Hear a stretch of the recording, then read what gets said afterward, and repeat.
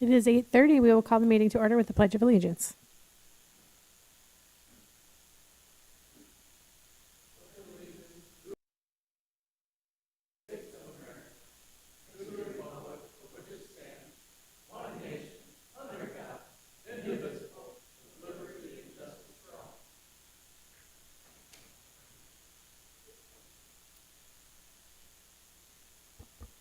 Item number 3 on the agenda is an invitation for a citizen to schedule time on the commission agenda for an item not listed. I do not believe we had any sign-ins this morning. So we will move on to item 4, approval of the agenda. Is there a motion to approve? Move approval. Second. Any changes, additions, corrections? Yes, under scheduled agenda item 7A, we are, the applicant asked to remove that item. 7A, our scheduled 9 o'clock. Okay.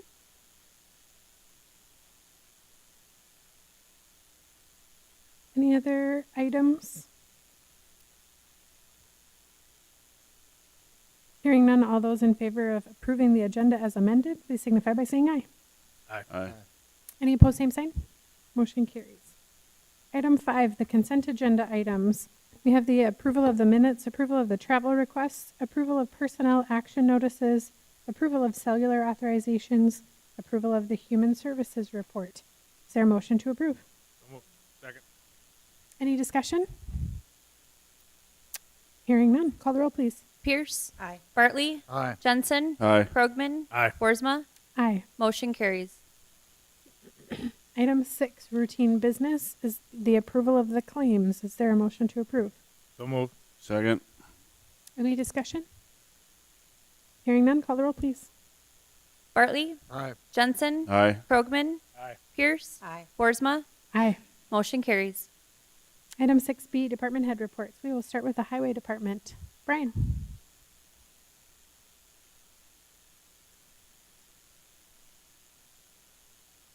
Morning. Been working on graveling over by the Sinai area. Kind of a big other milestone was with the Sinai Bridge was open on July 19th. Final checklist items were remedied. The only thing that is going to happen yet, I just had some contact yesterday with DOT and email confirmation this morning is they are going to grind the approach slabs to the bridge. I don't know if anybody's been over that bridge, but it's a little rough, but they are going to grind them out. They're out of spec, and in order to get them back into spec, they're going to grind a little bit of asphalt off. So, Brian, can you move the microphone over so you're Sorry. on? Oh, sorry.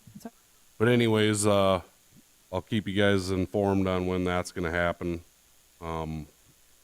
Just found out this morning they're going to do that. The only thing we got left to do as far as the county goes is we got to do some fencing, but that's going to take place a little later this fall. Sioux Valley was in. Their poles from the derecho were leaning towards the road, and they got those straightened out before the road was opened. East River has yet to do their reset of those poles that we had to have moved. But that won't cause any closures. It'll just be minor delays. I guess other than that, do you guys have any concerns, or have you guys been out to look at it? So, aside from that, that should be a wrap on that. Had a meeting with BMU and Banner on 34th Avenue. I know we'll be talking about that here a little later. With their request on their permit here coming up. Also 44th Street South, which would be our County Road 12 or the Sinai Road. BMU is going to come and discuss that permit also. Another big item that got taken care of before the rain is guaranteed roofing. Was on site last week to do a final walkthrough. They got a few checklist items to take care of. I did add a picture in, Stacy, if you want to bring that up for everybody to see. Got a nice slope. It does drain. I was up on the roof. That's kind of a nice project to have done. So, any questions on that? As far as township funding requests, I've met with about 4 of them, and I know some requests. One is on the agenda today, but I've met with those townships. Brookings County crews, I'm sure if you've been north of town, you've seen that we're working on our fog sealing this week. And south of town here, you're gonna expect some minor delays, but it takes around about 45 minutes to an hour for that tack to cure, and we can get the road back open. And then following that, waiting for the pre-con meeting for our striping through the state. So wrap up our chip seal projects. I just wanted to say I have driven over the Sinai Bridge, and it's great, and thank you for your work on that.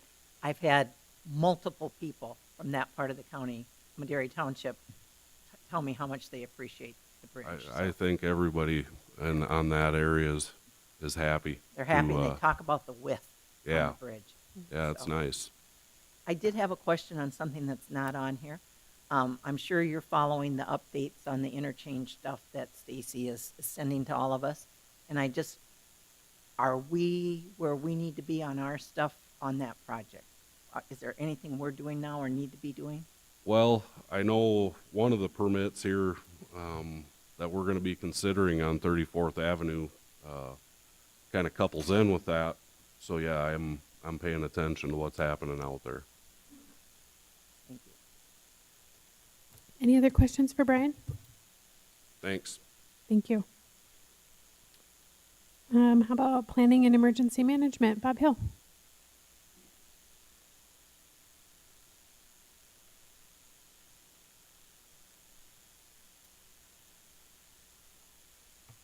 Good morning.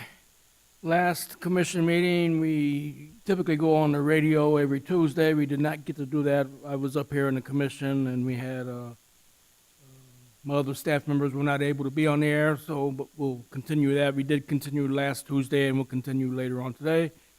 Also, the date of the last meeting, we had a FEMA briefing at 2 p.m. over at the East Fire Station. It was well attended. Brookings County, we are going to file under my emergency management office, and then what we would do is have subcategories: highway, and then equalization, sheriff's department, and everybody. Ray Lynn will do the heavy work, and then each county department will be able to input their own stuff. It's not that we're doing all the work for them. They still have work to do. But just in case a county entity didn't have enough to meet the threshold, which is $3,500 in damage, as a group, we will exceed that. So that's why that determination was made at that meeting. I attended the National Association of Counties annual conference. I attended Public Justice and Public Safety Committee meetings all day on the 22nd. That is the NACO committee that covers emergency management, jails, and things like that. The next day, we had a Rural Action Caucus meeting and a NACO board forum and a general session.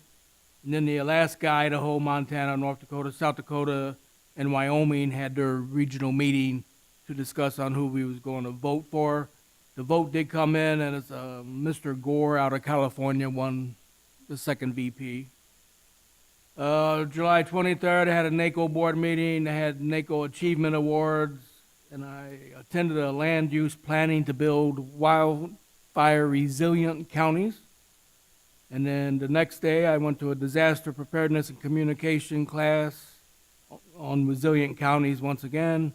NACO had a business meeting. We had a new board of directors meeting, and then they had the closing ceremony. Then I traveled home.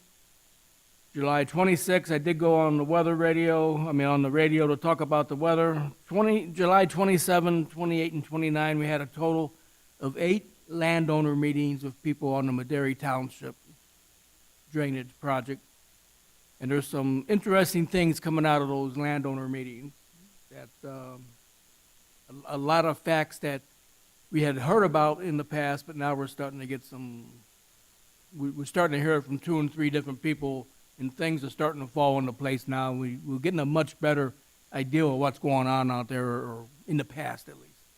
So we're going to continue those on here later in August, and then we'll have a big meeting with the drainage board and give everyone an update, and then we'll see where we go from there. Okay. Yesterday, the County Veteran Service Office set up a cleanup out in the township, and the request came directly from the governor's office. Governor's office actually sent 2 people to be there, and then the cabinet secretary of Veterans Affairs, Greg Ritlock, also showed up. So the state had 3 people there, and Brookings County, we had 13 people there. And from my emergency management standpoint, I took out a case of water, and then we fed them lunch. I figured that was the least we could do for them, since they all volunteered their day out there. And once again, that was done by the County Veteran Service Office. Yesterday, while I was out cutting tree branches or moving tree branches, Richard went out and saw the Dakota Layers open house. That's that new chicken facility where it's open air, and he said it was quite interesting. And then Richard and I attended the jail open house last night. It was an interesting thing. What surprised me more than anything is Marty let me out. And then August 26th, we got a Region Emergency Operations Center training in Mitchell. Today, there's a heat advisory on from 12 noon until 8 p.m. They're expecting the temperature to be at least 99 degrees actual temperature, if not 100, and the heat index is going to be 105 upward. So citizens need to be careful there. There's been some discussion on having a meeting on our flood map update. FEMA is in the process of actually changing the contract. They're working on the flood map update right now. But that's something that's going to be coming up here in the future. We need to sit down and talk to Jay Gilbertson and get some other players in. The important thing to remember about this flood map update is they are using LiDAR data, which is elevation data. And if there's anytime you do a flood update, some people win, some people lose. And if someone ends up in the floodplain that wasn't there before, and obviously if they got proof that they shouldn't be there, we can get them out. But if the elevations don't typically lie, so it's going to be a hard prove. You're really going to have to prove that you're not in a floodplain, and typically the way to do that is by elevation above the base flood elevations, and a lot of it's engineering stuff. But we will get together and have a meeting on that and get the key players. I want to go through like Jay Gilbertson and some of those players, and we'll see if we need an engineering firm involved or not. But we'll have a drainage meeting on that before. Any questions? Thank you. Thank you. Weed and Pest Department, Misty, did you have something today?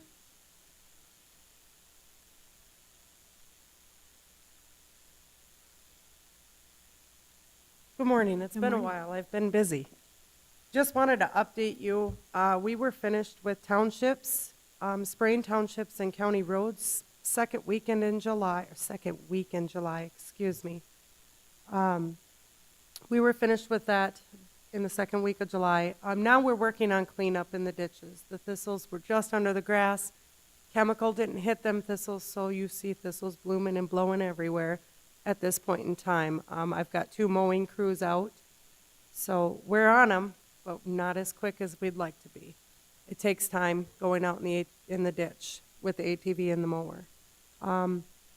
Also, we'll be spraying cattails just to keep the cattails away from the road edge and to help highway departments so they don't have to mow so many cattails to get ready for snow events this winter. So in the next week or 2, you'll see us out there periodically. As long as the wind cooperates with us, we'll be spraying cattails with rodeo. Wanted to let you know that. Fall spraying, unsure of when we're going to start. Temperatures are not helping. We need them to cool down a little bit, so that way we're not wasting chemical. But otherwise, that is all I've got. Do you have any questions for me? Commissioner Pierce. You know, with the monarch designation, looking at an endangered species on that and the milkweed thing, what you do in the ditches, does that kill the milkweed plant too? No, our spray does not kill the milkweed. Milkweed is so hard to kill. You'll see it if we hit it because of a thistle beside it. If we hit it, you'll see that it'll curl and then grow straight back up. Yes, that's a sign we've hit it, but we absolutely cannot kill the cattails, the milkweed. Thank you. And we've got an abundance of it again this year. And I am aware that the monarch butterfly is endangered. And in your meetings, when you go to your association meetings and stuff, you guys talk about that on the pollinators? They do. It's brief, very brief. Thank you. Any other questions for Misty? Thank you. Thanks. Anything from the finance office, Lori? Not today, thank you. All right. Sheriff's Department, Marty.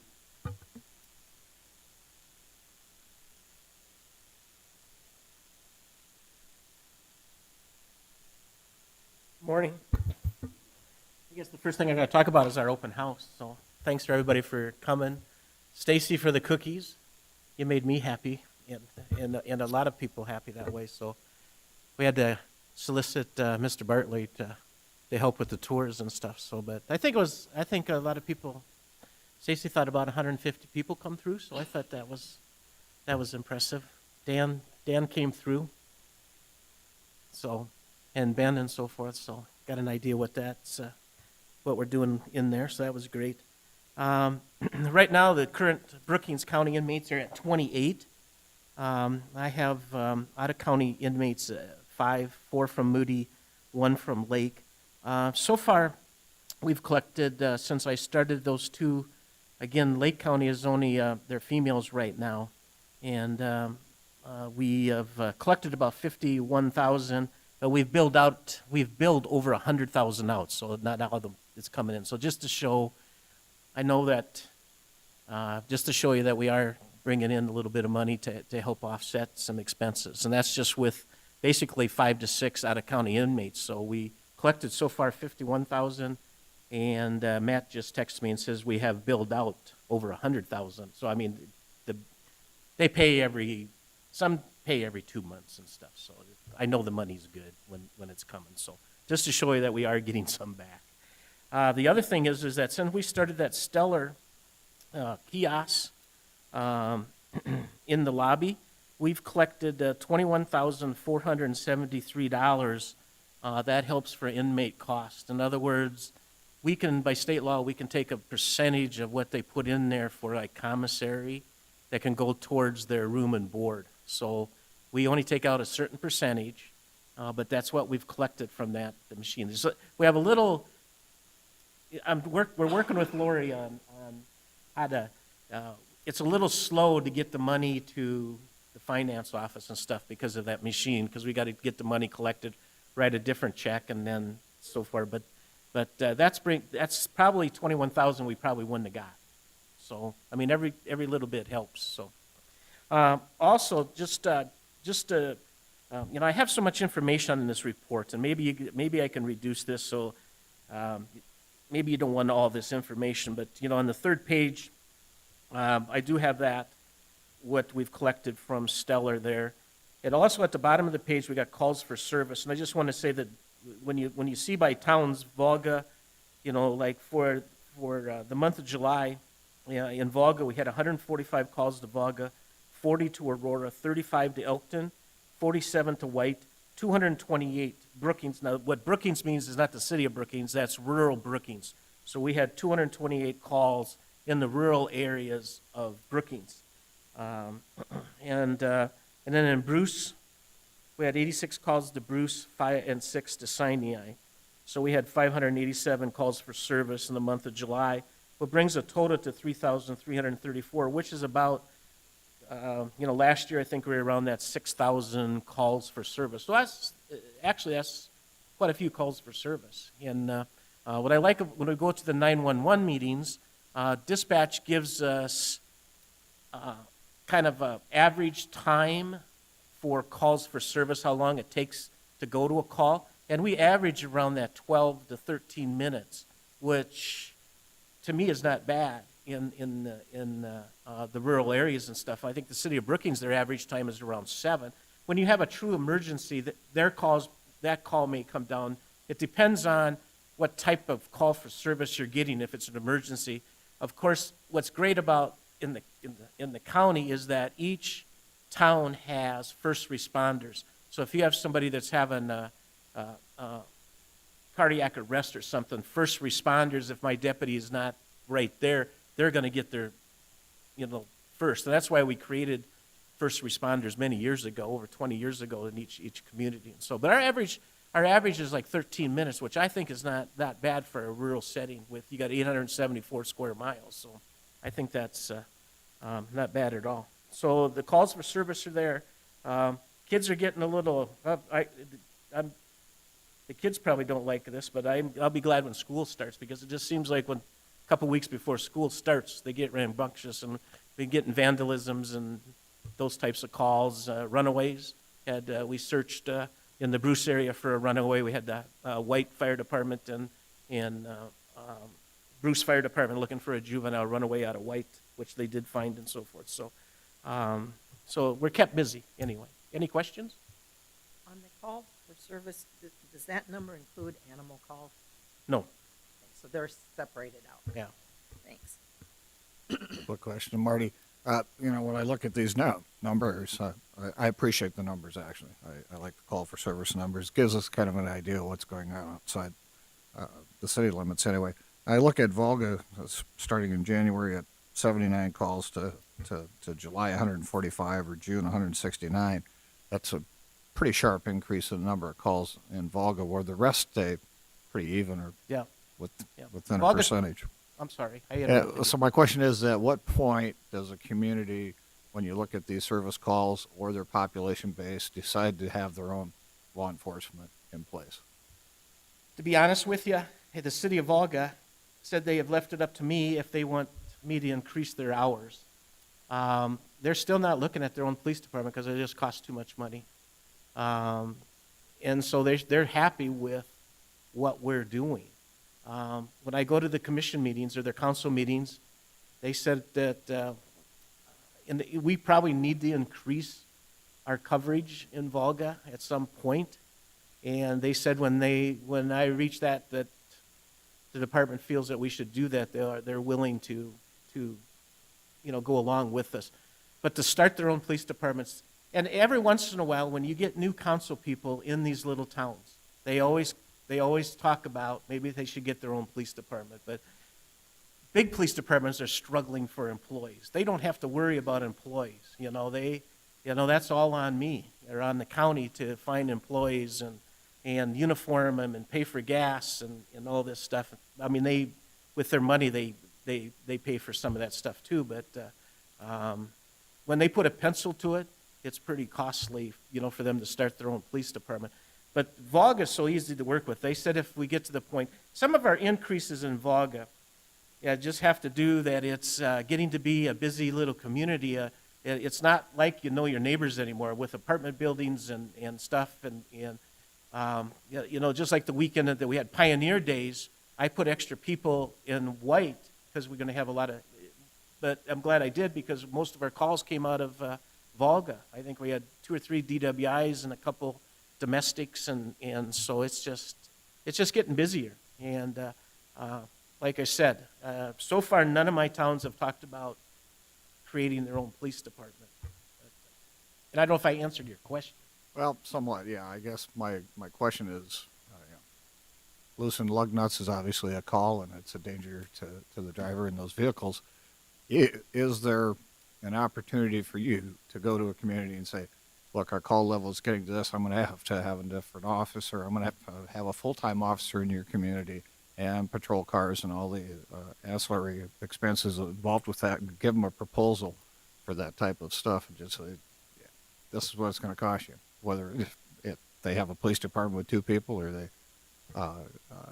we expand our sheriff's department to handle it sufficiently. So I had a couple of constituents over the last few months in Volga say there's not enough law enforcement over here. And the sheriff needs to be over here more often. And I said, well, it's a contract basis for X number of hours. And as well, and they ought to increase it. So the question is at what point do we make that presentation to Volga that if you want more, this is what it's going to cost us to do it? Yeah, and it's a valid question. I leave it up to the councils too. You know, if they want more hours than 10, then I get the same thing, is that, you know, when you only have 10 hours in Aurora and 10 hours in White, you can't be there at all times. So we try to be there around school times and when they have events and things like that. But when we go to the council meetings, I leave it up to the council if they want more hours. But see, a lot of them just aren't, a lot of these small towns don't have a big tax base when it comes to their sales tax. And sales tax is what pays for their police department, or pay for us. And Volga, I mean, look at Bruce. How many times we go to Bruce, and Bruce is not a contract municipality. And they hardly have anything that brings, when I talk to the mayor there, they operate on a household budget almost in the city of Bruce. So a lot of it depends on money, but I understand that the county can't pick up everything all the time. But Well, these it's constituents discussions think as that we if we can. start increasing. Those are problem. discussions. The issue is these constituents think that the county ought to be picking up more officers, more patrol, more everything over there, and not necessarily at the council's expense. So there's got to be a formula somewhere we can use to prove to the people that we can do more if it's paid more in conjunction with the city council. So I think that's the answer that I have to give these people, is talk to your city council. And actually, the city of Volga is on board with that. Yeah. They said, I think they should have another 40 hours. And they said, well, when I come to them and request that, but I'm going to have to add a deputy too. So we're going to have to talk about the cost of that, and then visit with the other towns, because I think, and then everybody should probably, some of these towns that are 10 hours, Aurora is increasing their population, so we spend some time in Aurora too. So I think everybody probably, yeah. But as far as their own police departments, like I said, they've put a pencil to it, and they can't afford their own police departments, especially trying to hire and equipment, and to outfit one police car is probably 40 to 50 grand, if not more. So. Well, thank you. I appreciate that, and hopefully. Well, I hope I answered your. Hope they listened in, so they understand that it's a complicated issue to a certain degree. Yeah. So anyway, thank And it you. always involves budgets. Thanks. Thank you. Thanks, Marty. All right. We will move on to regular business. Item A is action to approve agreement number 22-78, an occupancy way of county highways made by Sioux Valley Energy in Sterling and Oakwood Townships. Is there a motion to approve? So moved. Second. Any comments on that? Another overhead is converting to underground. And no issues that we see? Nope. Okay. Any further comments by the commissioners? Hearing none, all those in favor signify by saying aye. Aye. Any opposed, same sign. Motion carries. Item 8B, action to approve a payment to Bangor Township for a culvert project in the amount of $9,816.40. Is there a motion to approve? Motion approved. Second. Any comments on this one? Met with the township, and the culverts were rotted out at the bottom. Looks like a good project to participate in. Commissioner Pierce. So these funds come out of our $100,000 grant fund. If this would be after we get our program on the new culvert monies that are coming in from the state, would that have qualified for that program? Yes. And there's no way we can use any of that $983,000 for that. We need to sit down. I know I've got a meeting now scheduled with Larry and Ryan and Brian to visit about that, because we have to look at the rules surrounding that as well, because the state put some specific rules on the townships. They have to have an opt-out, I think, and or the road and bridge levy in order to qualify for those funds. So we need to look at all of that as well. And I don't know, can we start spending that this year, or are we looking at 2023 for those funds? I I know we've received the money. Yeah. Um, But I think that the townships also have to submit a 5-year plan as Correct. well to us. So there's a process. It's not that we can just turn around and spend that tomorrow. There's a process and steps that need to take place, and we need to meet and discuss that and get that information out to townships, because I think there's several that don't have either an opt-out or the levy and wouldn't qualify for this funding if they have projects come up. So we need to get that word out to them as well to see if that's something that they want to put on their books, which would more than likely happen at their annual meetings in March of next year. So Do we have $100,000 in the budget again next year yes, from our general fund? yes. Any other comments on this? My only concern, and I've expressed this to the townships also, is acquiring materials. So one of the questions that was brought to me by the township was, in the event that they can't get the materials such as the pipe, would this carry over? And I think that's another thing that we'll have to discuss when we meet, because material acquisitions are going to be tougher and tougher now.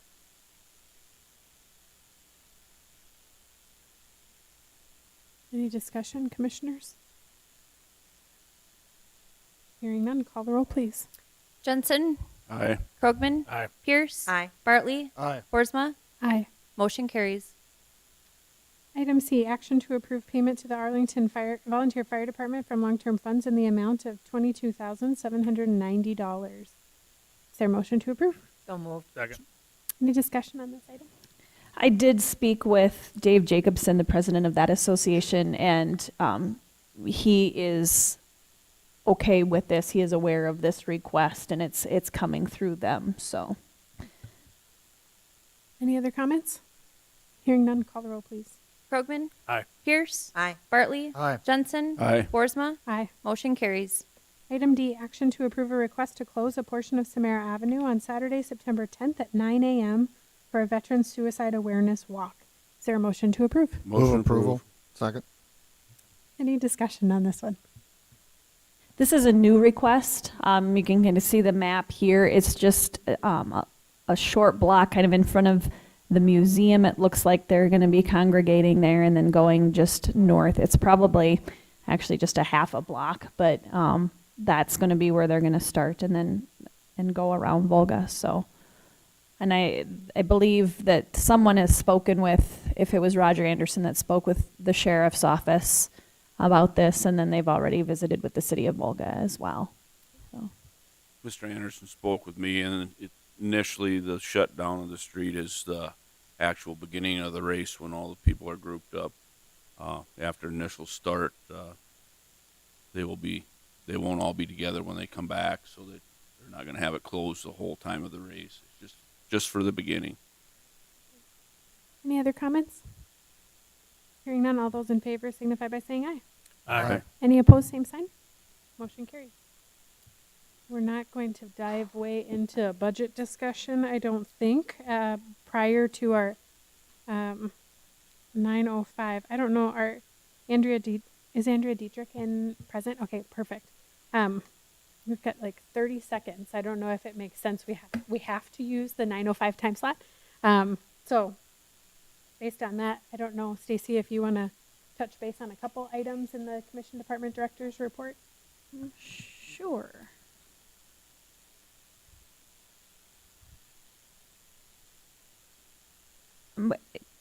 As you know, we have an ARPA discussion planned for August 30th. We continue to get some additional requests that have come in. Included with my staff report was a request from Habitat for Humanity.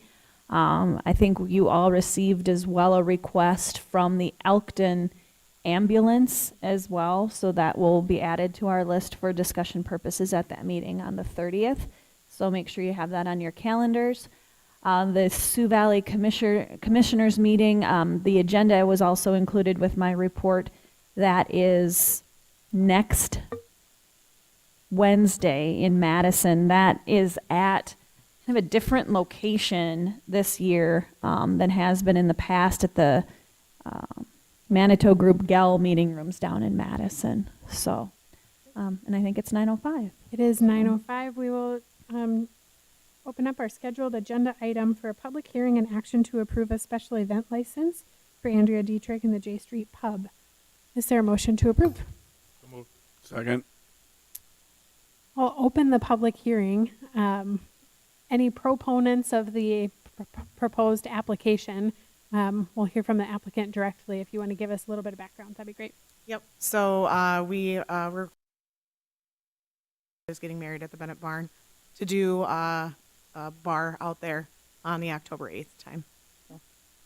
Any other proponents? Any opponents? Hearing none, we'll close the public hearing. Any comments by the commission? Hearing none. Call the roll, please. Pierce, Aye. Bartley, Aye. Jensen, Aye. Krogman, Aye. Boersma. Aye. Motion carries. Thank you.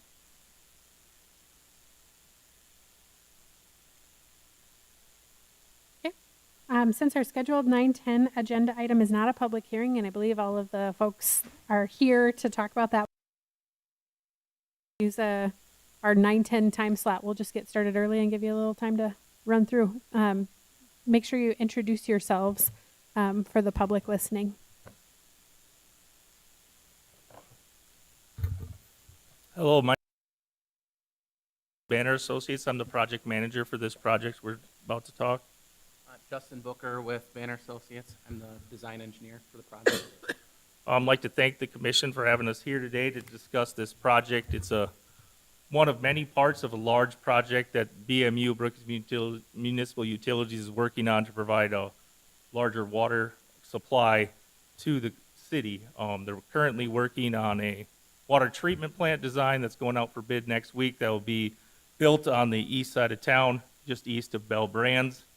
This project that we have in front of you today is a right-of-way permit that will convey water then from the Bell Brands area south along 34th Avenue. And then we're actually working right now on a pipeline that's going in conjunction with the intersection.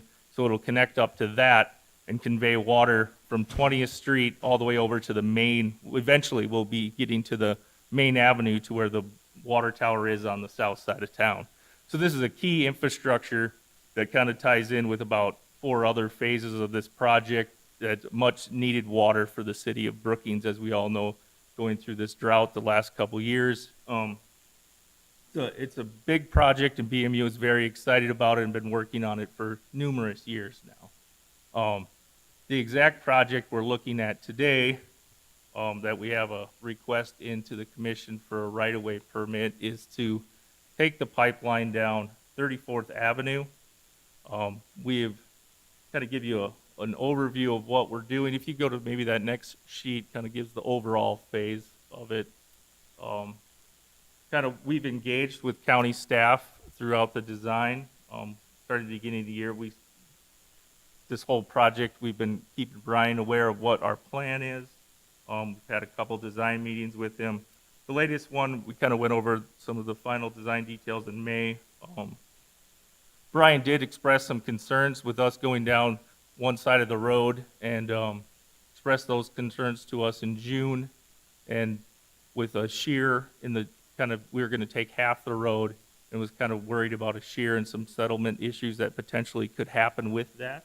So we engaged with the geotechnical engineer with our project, Geotech out of Sioux Falls, to get a recommendation on how to minimize that with the project going forward. So with that, if you go back to our other design kind of detail there, what the proposal then is, the pipeline is off the shoulder there at that depth. At the center joint, we're not going to take all of that pavement. He suggested leaving a 6-inch stretch there that we would use a 2-inch mill. That 2-inch mill then would be taken after the project is done. And then at the end, we would tie it all together with the other section of asphalt that would go over on that half of the road. That was the recommendation by the geotechnical engineer to minimize minimize the shear that could happen at that center joint. It would kind of tie the two mats together of asphalt there. We're obviously, this design of this road was done to handle high truck traffic with a 17-inch base, so all that will be restored and returned to the original design of that kind of a beefier section or a stronger section that can handle some truck traffic. So it's going to all go back in with the same amount of fabric and base that was originally there. Further discussions with Brian, he did have some concerns with the other side of the road being damaged during construction. Those discussions happened here over the last month. With that, we've kind of came up with some different ideas on how to take care of that. Right now, working with Eric and Chad at BMU, they've come with the idea that after the project is complete, to make sure that you don't have one side of the road that's new and one side of the road that's old, that they would propose doing a half cost share of doing a mill and overlay on that other side of the road with the county. So they would split half the cost to give you, at the end, you'd have a one final product that looks like a completed road at the end of the job. A couple other things that BMU is doing to ensure that a better end product to the county when they're done, since they are occupying your right of way and disturbing your road, is the shallower pipe in this with that 20-inch. We're having a 6-inch to the top of pipe instead of 6.5, which is usually typical. So it has the shallower pipe. Recommendation for compaction on something like this is usually 95% compaction. We're requiring the contractor to do 97% compaction through the trench and on the base. We're also, one of the major things that the BMU is requiring of the contractor, which was also will inevitably cost more, but they're requiring a 3-year warranty on this project. Typically, you see warranties in the construction, something like this is 1 year, sometimes 2, but knowing to provide a better end product, and if there is any issues, hopefully it should show up in that first 3 years if the contractor would do something that would need to be addressed. So they are requiring a 3-year warranty, which is, like I said, not the norm in the construction, quite actually outside the norm. So that's kind of the overview I have. Quick, we're just glad to be here and could answer any questions. Commissioners, if I may. Yeah.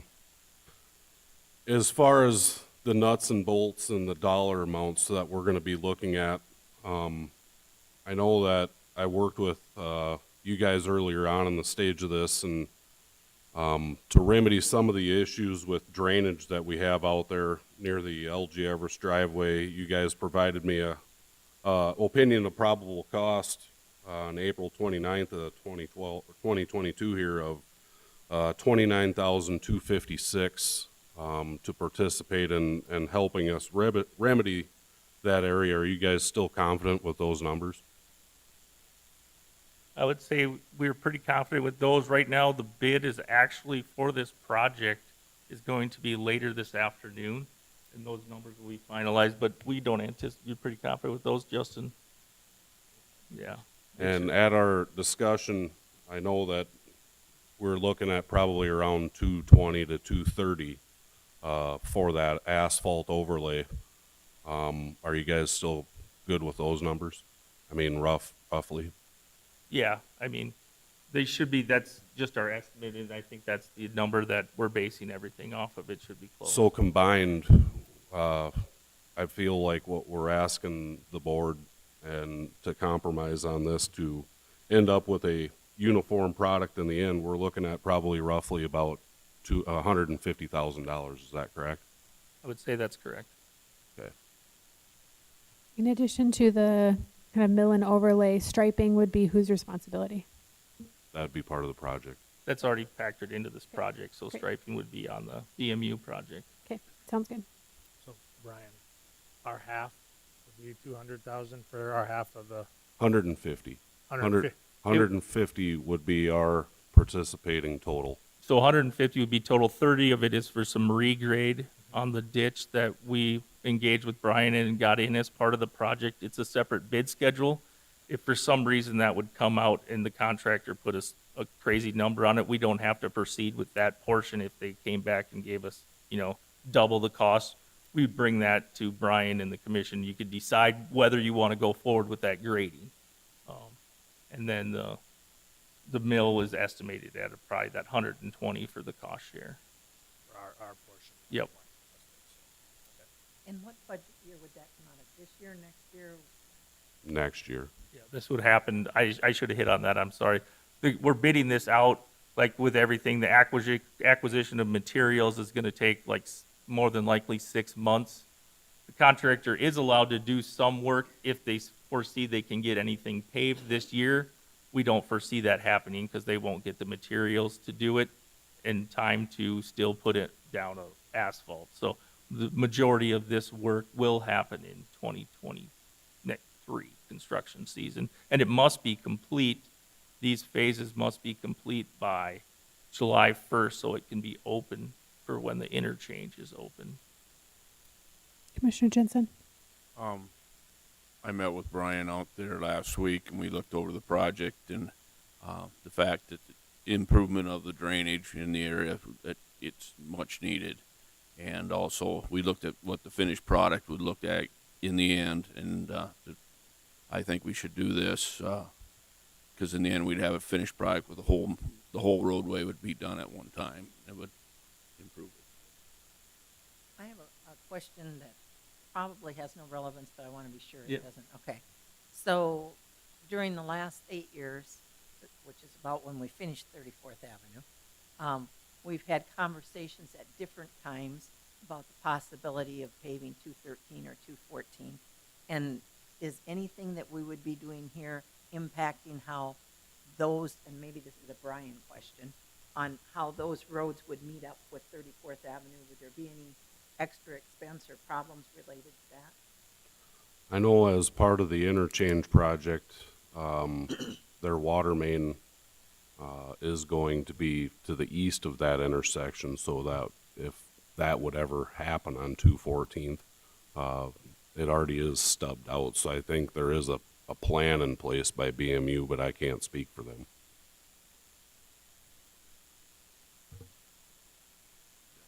That's at the intersection of 214th Street, and I think basically if Aurora would request that a new water main be put in, they're ready for it at that intersection already, so. Yeah, it'd be potentially, you could see that, an old water main heading that direction in the future. What that time frame is, I'm not sure. Other questions? One last Yep. question for Brian. In your 23 budget, and we'll be talking about budget in a little bit here, do you have any of these in that budget? It depends on what happens with prices, but I'm sure I can pencil it in. This year I had to juggle around a lot of projects because of costs skyrocketing. So, but this would be something that I could make sure is in there. Any further discussion? Yeah, do we anticipate, this is a main trunk line for BMU, and then potentially hooking on to this, whether it's east or west, is that then we're gonna need to cut up the road again to hook that up? Because we have it on the west side of the road, is that correct? So if we wanted to go east, is there hookups being, like at the overpass intersection there? Is that where that would go to? Yeah, the only hookup right now is just that at 214th going east, and it's outside the right of way already. Okay. That's it.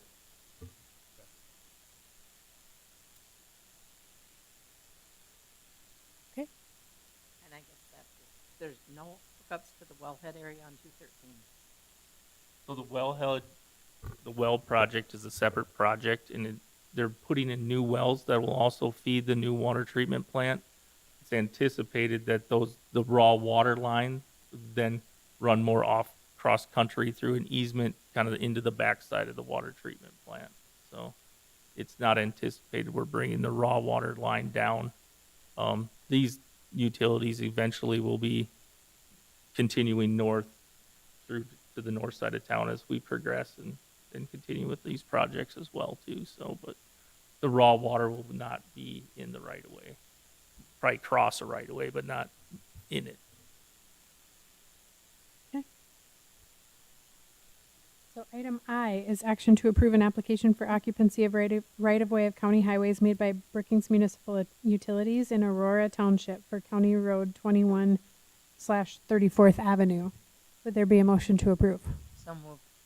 Second. Any further discussion on this item? Hearing none, all those in favor signify by saying aye. Aye. Any opposed, same sign. Motion carries. Item 2 then. Thank you. Yep. Item 2 then, I think BMU folks plan to talk about this item? Okay, great. We'll have you come forward.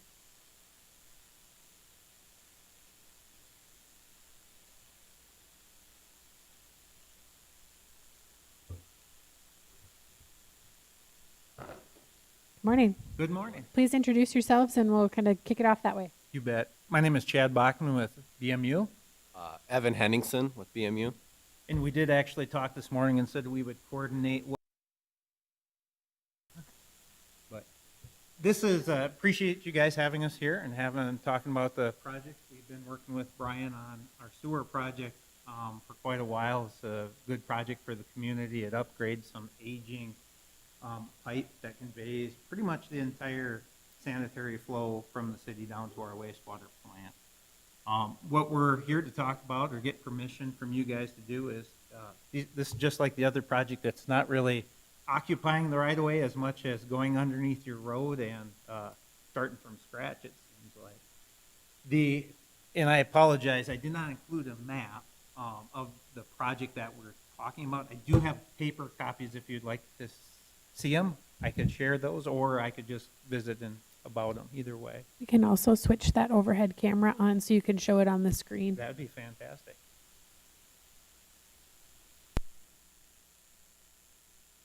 Oh, look at that.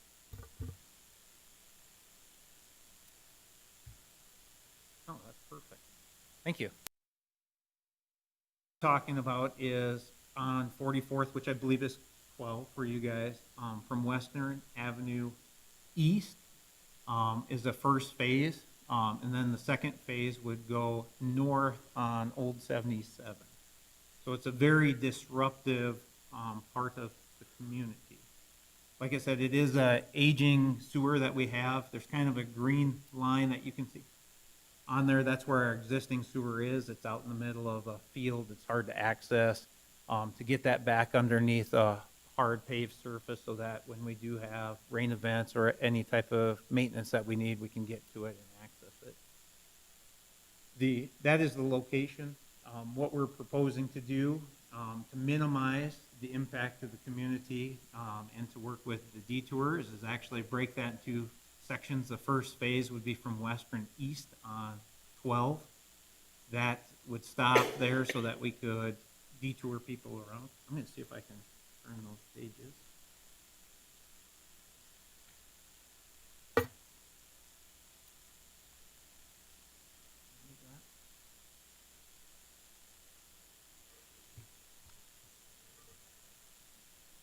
What we would like to do in talking with Brian is we are aware that your structure 15215 is under construction for next year. And that area has been detoured around and around and around. And so what we would like to propose is that we would do our construction on 44th or 12th at the same time that you guys are doing that structure. Because that detour route for that structure is very similar to what we would be proposing, and it's also the bridge replacement that you guys did.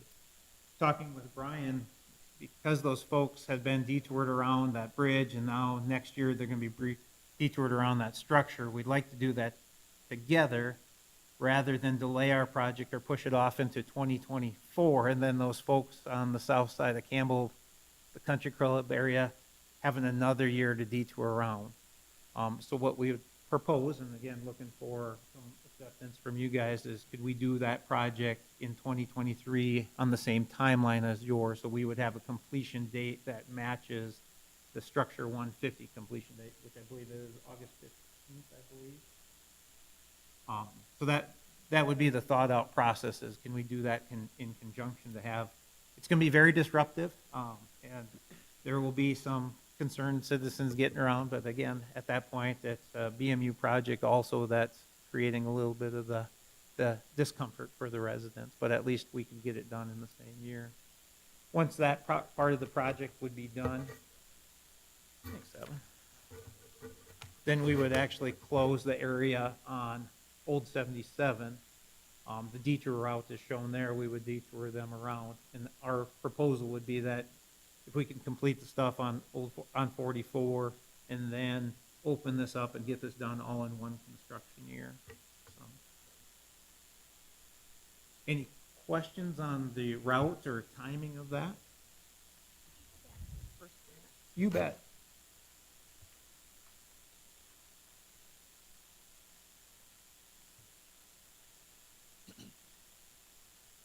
The project consists of about 5,700 feet of 36-inch sewer, about 3,000 roughly on 44th and 27 on Old 77. And I just didn't quite understand, so sorry about that. When you look at this map and you look at the part that's green on the bottom, that would be closed, that stretch from when until when? So we would anticipate construction on spring of next year with a completion date of August 15th. And then the route for people to get from the southwestern part of the county into town would be what? I'm not real familiar with the road, so if you guys can, oh, it's on there. Yeah. Basically 471st, come, oops, my old eyes can't see that, sorry. So we'd route them down and then up 77 to get into town to go to work? It's the same, that is the same detour that you have, your consultant has laid out with that Structure 150.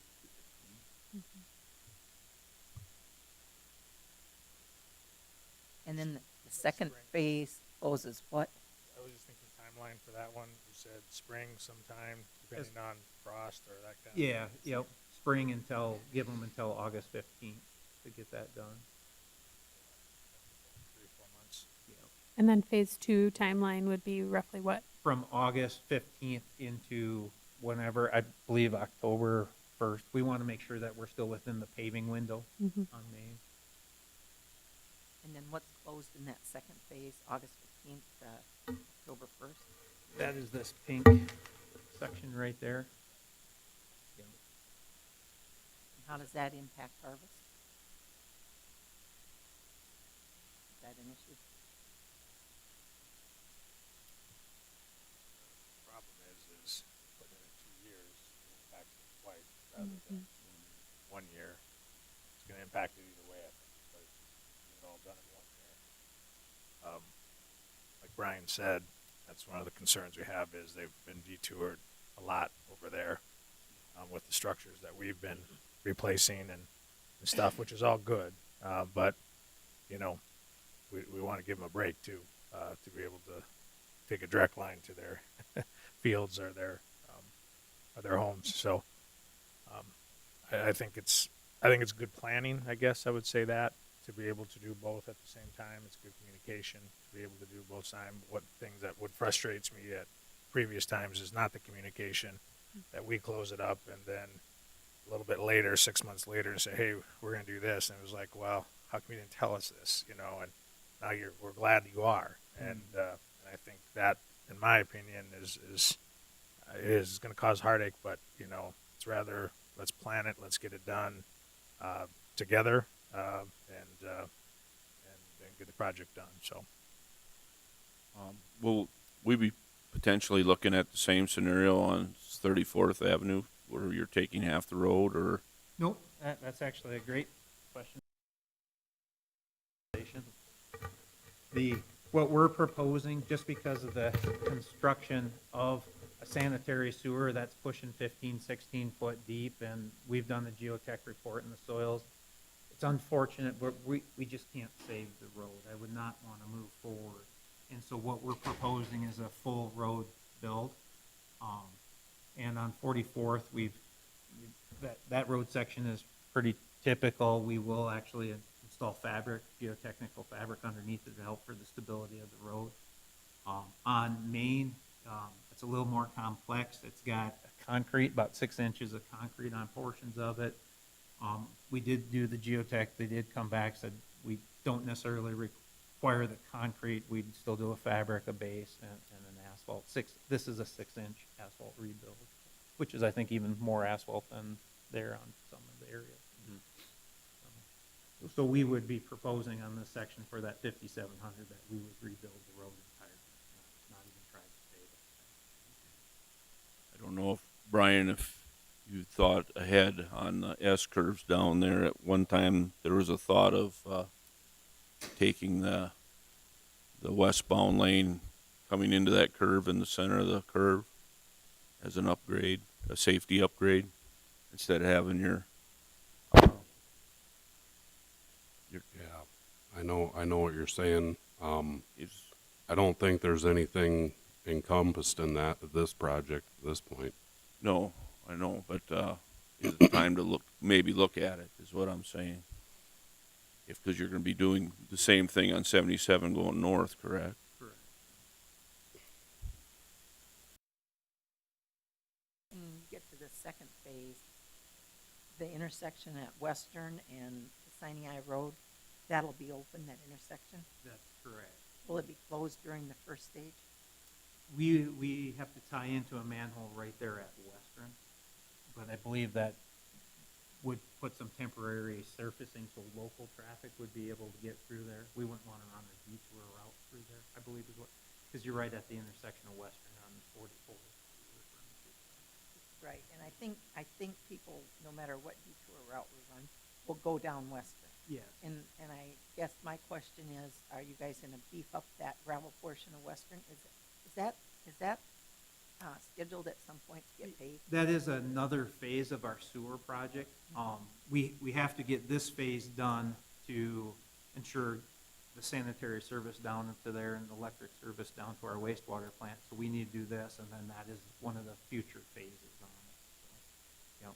Because I would foresee that Western will have a lot of traffic. Yeah. For Yep.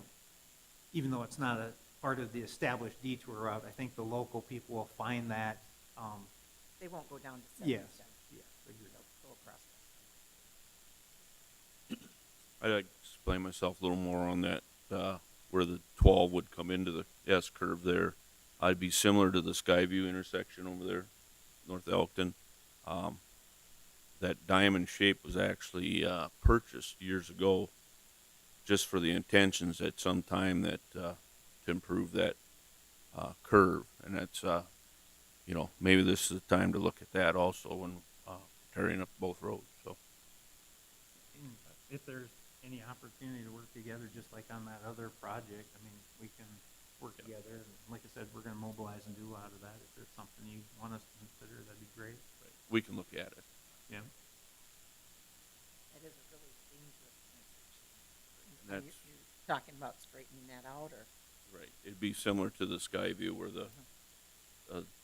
the joining road would come into so it's not at an angle anymore. It'd come in parallel. So.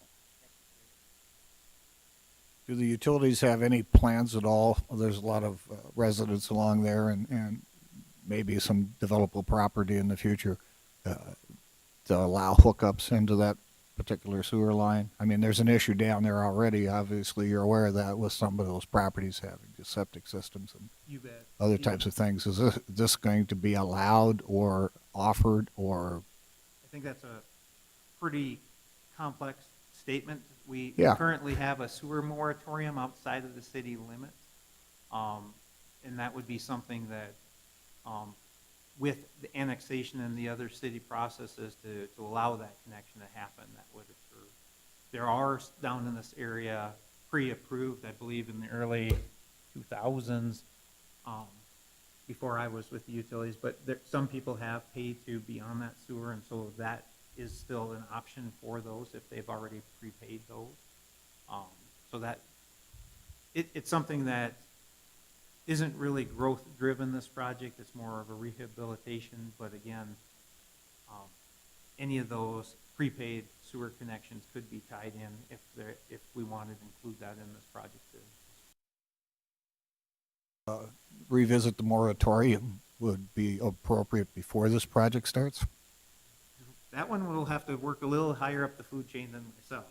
I understand, and you know where I'm going anyway, Yeah. with the whole discussion is, Yeah. is you get it completed and say, we don't have any place to hook up, or we're not gonna do that, or, I know the moratorium's been there for a number of years. It is always a mention in economic development and housing studies that there's a moratorium outside the city limits when all the sewer stuff is outside the city limits anyway.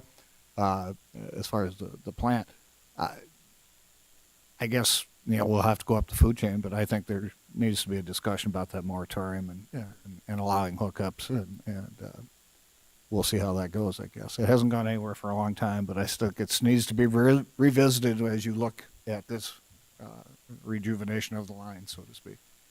Thank you. Perhaps to piggyback on that, I guess I'm less concerned about, I'm concerned about the moratorium as well, but more concerned about the capacity. Should the moratorium, has that been designed to assume I think appropriate that capacity? is a great question. Hydraulically speaking, with the materials we're using that we're replacing, we do get more capacity with the newer pipe material versus the older pipe that is deteriorated.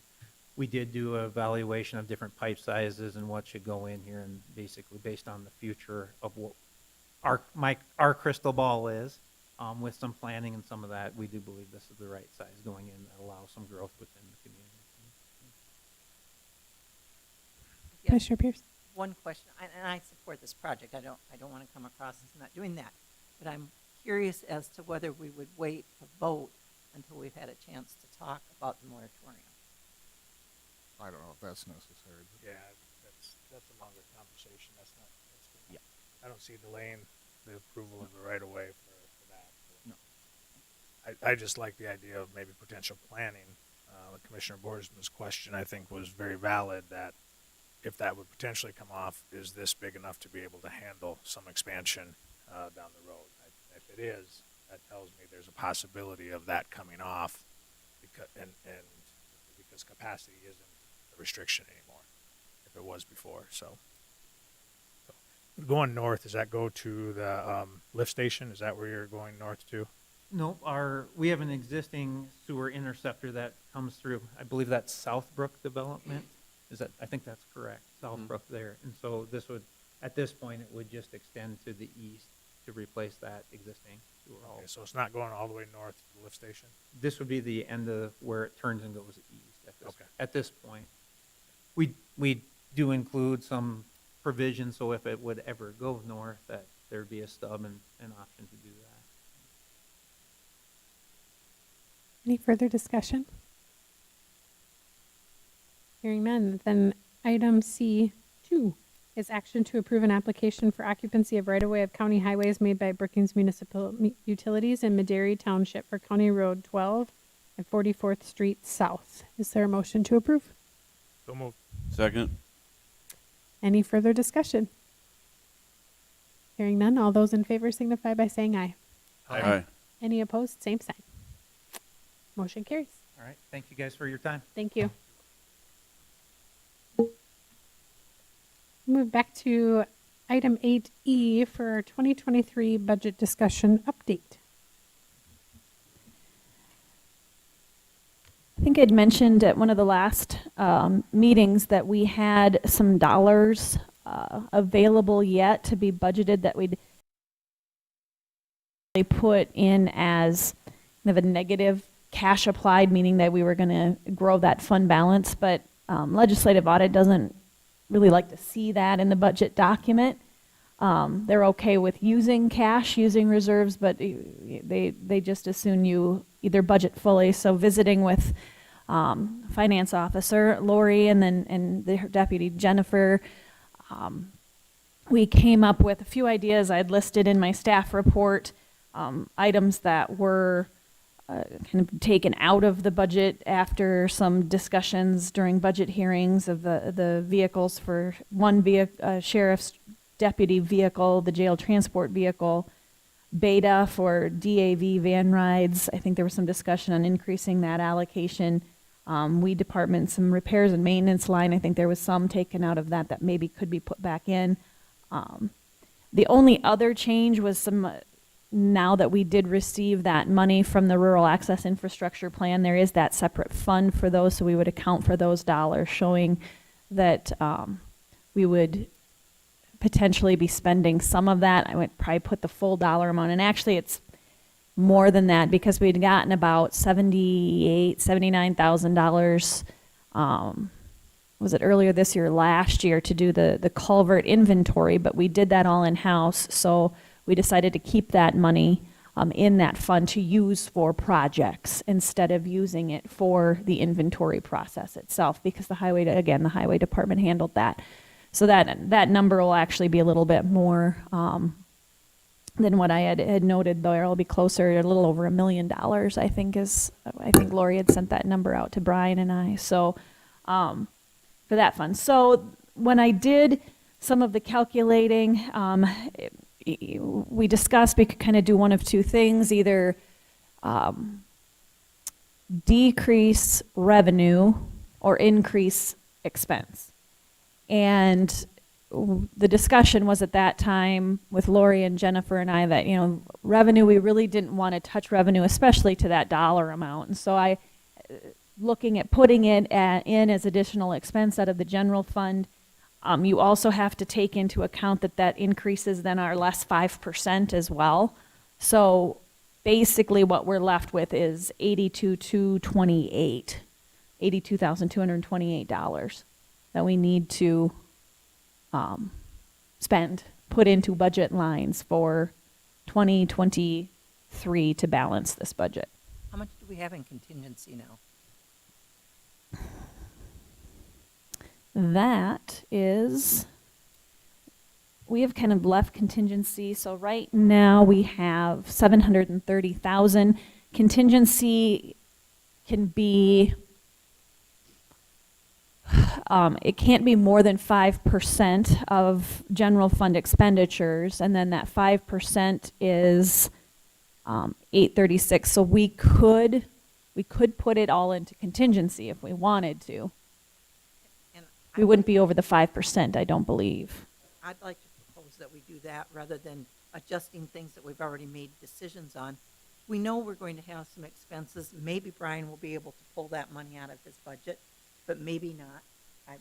When I asked the question, you thought you'd be able to come up with $150,000 out of your budget, but that's a big ask. We don't want to move money into the 201 fund for that, because if he doesn't need it, we want to be able to spend it on other things. We may very well need money for Beta next year. And we could take that out of contingency if we had that in there, but we just can't predict our veterans for one thing and their move for the other thing. And I would propose that we put that money in our contingency fund so we can plan for those two things. Yeah, that is something that I hadn't thought of, and I think that's a good idea, because then, whatever does happen to come up for next year, then you know then that you have that those added dollars to that budget line that you could use for other unanticipated things that come up, rather than trying to predict things right now. I guess I would support that. As long as it meets the 5% contingency rule, we should do it, yes. Yeah, I did quick math. I think we'd be at about 813,000. So the 5% is at 836, so we'd still be beneath that. So I think we'd be fine. It just can't be over the 5. Contingency can't be more than 5%. I support that idea. I think especially when we start talking about projects and the cost of materials and the cost of labor and how that's all kind of in flux, we know that we've spent contingency pretty heavily this year as a result of those changes. To me, that makes by far the most sense, is to just prepare for those changes through contingency.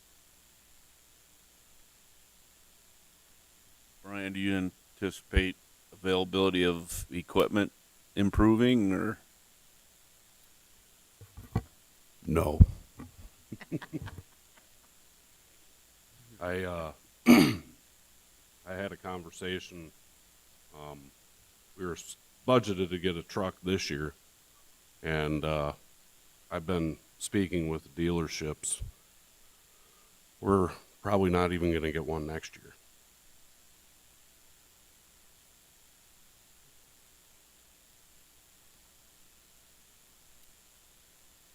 When you start buying equipment and vehicles out of fund balance because budget, that's problematic.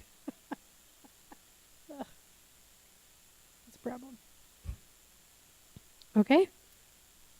So we'll go back to item 9 and finish up this department director. Yeah, just so you know too, we'll do the provisional budget. We will publish that here in the month of August.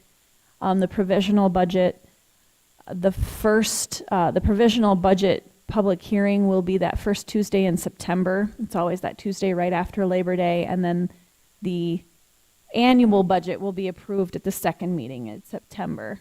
We have to have that done by October 1st. So, moving back to my report, I had, there was also a notice that I included in my staff report about the SDPAA, South Dakota Public Assurance Alliance election notice. Cottington County Auditor Cindy Brugman is retiring and her position needs to be filled, so there's information on that if you are interested in a position on that board. The Daschle dialogues, there's information included with my report about that as well. So if you're interested, please let me know. There is no cost, but you need to get tickets. So if you know you want to go, let me know, and then I can get tickets for that. Stacy, I had called because I had seen the publicity on that. And I think it's until the 24th of this month, entities that got invitations get tickets, and then it's open to the public. Mm-hmm. So I already did RSVP with them. I just wanted to tell you that. Okay. Is there anybody else that would like me to RSVP for them, or if not, you could handle that on your own? Okay.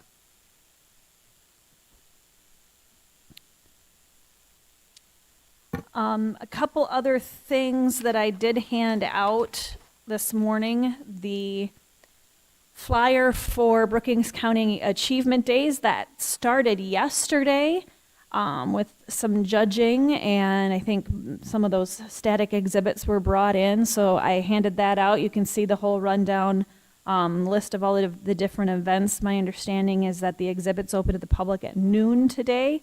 So if you want to go out there and take a look at that. Thursday evening wraps up with the big 4-H barbecue. I think you've been asked to, as commissioners, to help with that. There's some other information there, so that I handed out.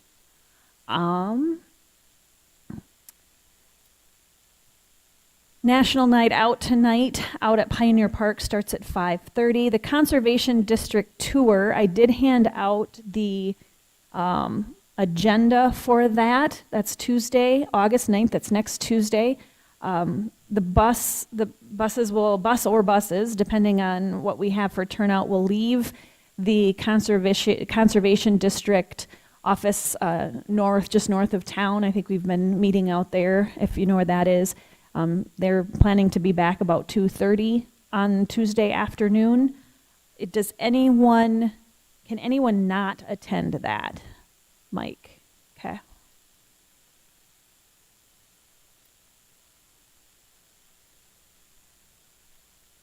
Okay. Otherwise, then I'll RSVP for everyone else to attend that so we can get a head count. I think I'd mentioned earlier the Sioux Valley Commissioners meeting, the association meeting. 10 County is in Lake County at noon next Wednesday. And again, down at Manitou Group, the Gell meeting rooms, there's an address on that I think there, 915 7th Street Southwest. So I could maybe try to get some better directions for that. I think it's just south on, when you get to 81, you keep going south. there, and then down that way. So, but I can maybe look that up for everyone, and I will reserve the Durango that day for those who want to take that down there. The golf outing is next Thursday that there's a county team for. I had mentioned earlier our ARPA meeting on the 30th. We will start at 8:30 and we'll be next door in the community room. Looking out a little ways, Labor Day on the 5th, Tuesday, so Sunday, September 11th through Tuesday, September 13th is our fall convention out in Pier. I received a very, very rough, and maybe you all did too, but agenda. I know we were talking about when people wanted to go out. What it looks like to me is that there will be some presentations starting at 10 o'clock on Monday morning. There's a whole bunch of different board meetings and whatnot that Monday early, but then the first presentation is at 10, but the keynote is at 11 o'clock on Monday. So I know there was maybe some discussion on if you were to come out Monday morning. I think if, you'd miss one group of presentations or some one session at 10, but if you wanted to be there at 11, that's when the keynote starts on that. According to this agenda, it wraps up shortly after 2 o'clock, 2:30 on Tuesday. So would be able to head home after that. And they are doing the business session before the lunch, which is a really great thing, so that hopefully more people are around for that business or the general membership meeting. That'll be right before lunch on Tuesday.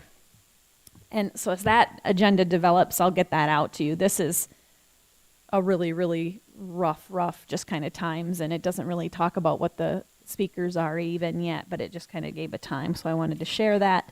And then the last thing that I had was the First District annual picnic. That's a ways out yet. That's at the end of September, and that's up in Watertown at the First District offices. That's all I have, unless you have questions for me. I just have a question. If anybody thinks they're going to the meeting in Madison, that this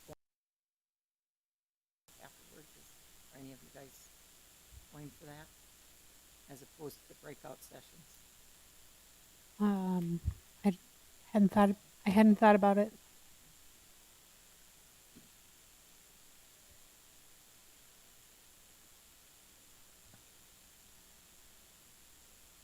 I'm talking about, yeah. So, yeah. And once this stuff wraps up, the commission part is done. I know the officials, the way things have been going, we've all been kind of wrapping up about the same time in the last few meetings, but sometimes the officials talk until a little bit longer, but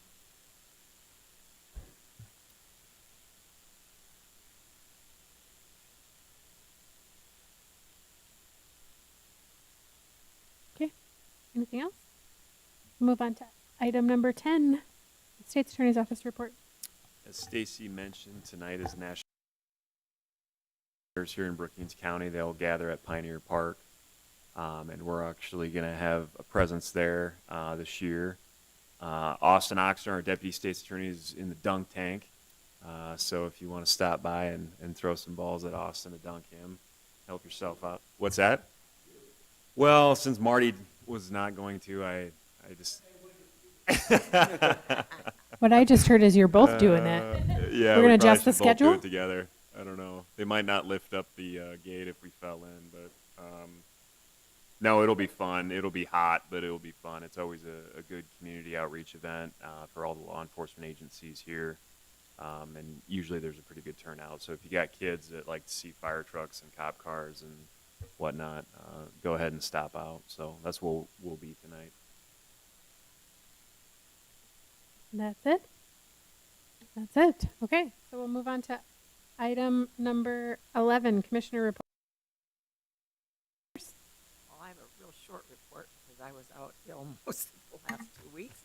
Anyway, I did go to the jail open house last night, and want to thank everybody that wonderful, and I'm glad we're getting to the end of that project. I worked some with Becky Baker on getting the appointments set up for the meetings that Bob talked about, making calls to people that didn't respond to letters. And I've been working with people, and I've reached out to the Department of Labor, Marcia Haltman, on the resolution that we're looking at for unemployment insurance stuff. That'd be my report. Sounds good. Commissioner Bartley. Okay, also a short report. It was all my meetings. First, we had our construction meeting, and all the deadlines we've probably met. A few have been extended because of supplies. So the 28th went through the jail punch list on that day with BKV and Henry Carlson and the jail administrator. We walked around and noted things that needed to be changed or improved. A lot of those got done before the open house. Some of them were waiting for those to be completed. One of the things that needs to happen before we can actually use that space or all that space is our furniture doesn't. It's supposed to be here by August 15th, which means to me somewhere around September 15th. But yeah, we have to have all those things in place before we can use the entire facility. The 24/7 might be able to be fired up here sooner than that because it's a secured entrance and it's about ready to go. They just need some more stuff in there to use that. But some of the rest of the facility needs a little bit more work yet and a few more things to be completed and waiting for those equipments. And then, of course, last night was the open house at the jail. It was well attended. It was I did lead some groups through. A lot of good questions about the project, a lot of good questions about the first part of the project that they didn't get to see. And so Marty was good enough on some of those to take some people through there and show them around quickly in the actual cell block area. So a lot of positive comments. A lot of people didn't have any idea what we had done in phase 2 and what the rooms were for, and they did a good job of labeling them, and that helped for me to give a tour because I knew what they were myself. Sometimes you forget when you look at all the drawings. Some of the rooms have been changed around a little bit from what the drawings, or at least their usage. So it was a good response from everybody that I took through on the tour. So it was a lot of fun. I'm glad we did it. We had to do it sooner or later. We did it sooner rather than later because we want to occupy the space as soon as everything is there. And so that would be my report. Mr. Jensen. On the 20th, and on the 25th, met with Brian out at 34th Avenue and 20th Street overpass. Looked at the project with utilities. At noon, we had an advisory board meeting at the Outdoor Adventure Center. On the 30th, participated in the Honey Days Parade up in Bruce. A lot of kids, a lot of people in the parade. No more than got home from the parade and was called to a fire call, which we had 4 or 5 volunteer fire departments show up. It was a large fire, and realized that we had emptied rural water tank, and also the city of White was out of water. So the need for water was evident that day. It was quite a large fire. But also last night I was at the open house at the jail. I had an opportunity to talk with a former jailer, also a former janitor, and a former county commissioner and police chief. And they were truly amazed. They asked about the old part of the jail, and I commented, well, we're in the old part of the jail, and they couldn't believe that how it had changed. So that's my report. Mr. Krugman. Few meetings these last couple weeks here. The 21st, we had our E911 meeting. And we had good discussion there about projects and moving forward and funding and all that kind of thing. I had a Brookings housing meeting, and we meet quarterly now, and our stats are looking good, but we still need people to take vouchers. It's still out there, so we're looking at maybe spending a little money on some advertising. Because we do represent for more counties than just Brookings County. And so Landrew, Moody County Hamlin County dual. And so we did get a breakout of the number of vouchers and where they're at and stuff too. So, and we still do need another board member. We're short one. We did have a quorum. We had everybody there, so that was good. But we're still looking for another one, and I know we were advertising for that for a little bit too. So if you know of anybody that'd be interested in serving on the Brookings Housing Authority meeting, that would be great. On the 25th, we did the BCOAC advisory board meeting. Things are going well. We get the update on the membership and also people going through. They are putting together a three location shoot, I guess. So Beacon Hill, the dairy shooting out there, and then BCOAC, they'll do a day competition, 2-person competitions where they'll shoot at all 3 venues. Keep track of that. So they're gonna try that this year, and hopefully that goes well. And if just maybe get that started and start integrating all 3 ranges, to work together and stuff too. So it's a good start, and hopefully it works out for them. Then on the 27th, we had a beta meeting, and rides right now are up probably 20,000 over last year at this time.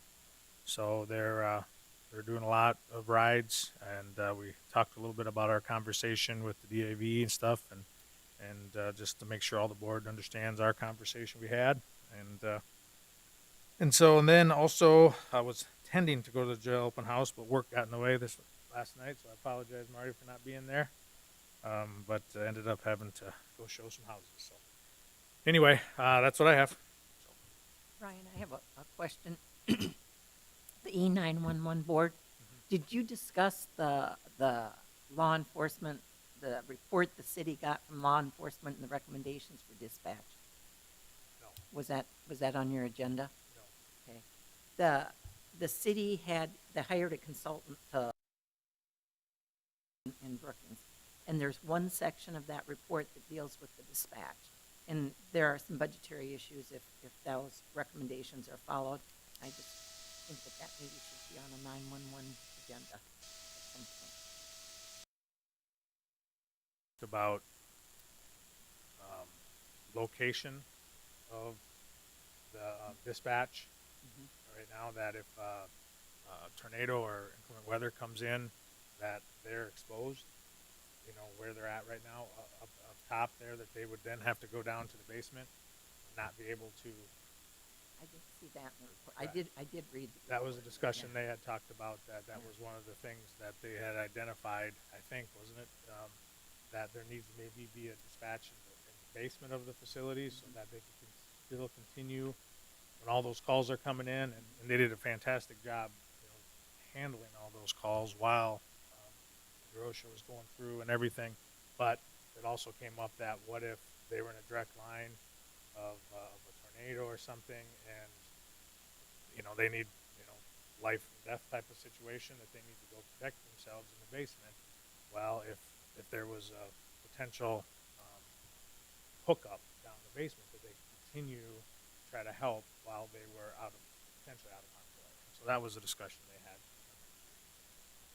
And then we've had a lot of conversations about being up to full staff, and I know one of the recommendations was specifically related to staffing. And they are full staff. Yep. I do think there was something about training, and I can't remember all the recommendations. There was just a whole section on dispatch, and that would all impact E911. Sure.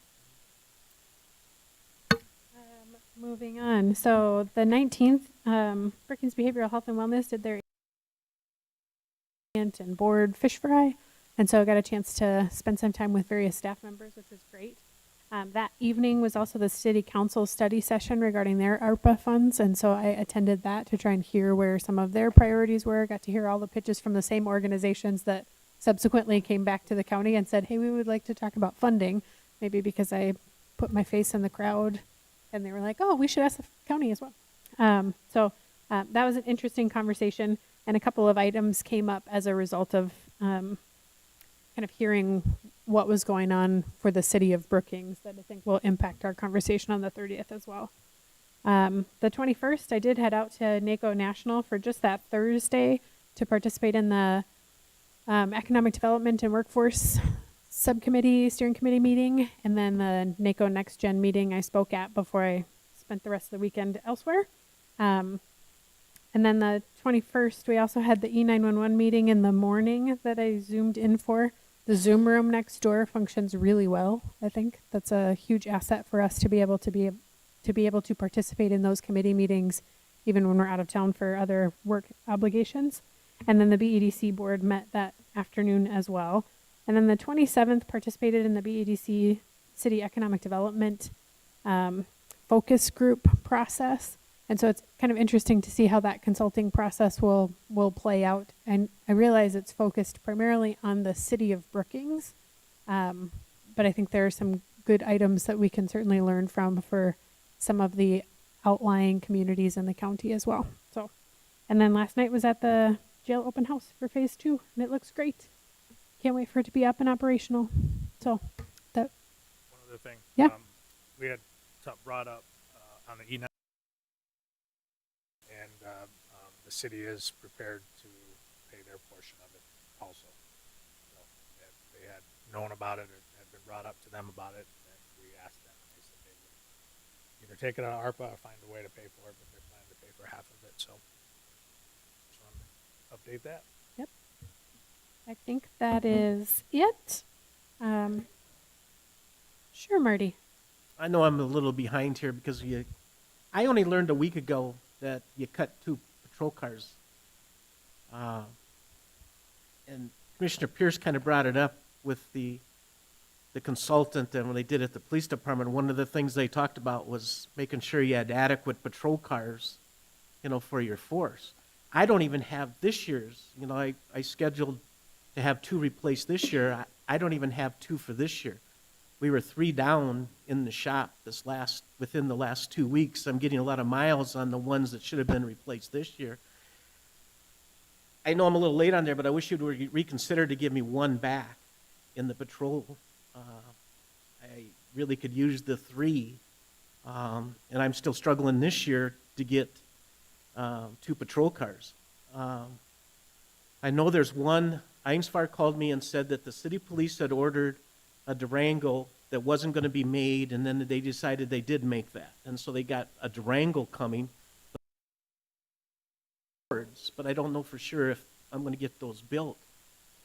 So we're kind of struggling for cars, and it calls for service and making sure I got adequate patrol cars for these guys. We're running 130, 140,000 on these patrol cars, and they're going 80, 90 miles an hour to respond to calls or whatever. So the transport car, because I wanted one in there, that's not a problem, but if I could get just one car back so I could get 3, I'd appreciate it. I know I'm a little behind here, but if you'd consider that. I think we'll probably have that conversation with Stacy and Lori as we look at those things. Or is that something that we want to revisit on today's agenda as opposed to contingency?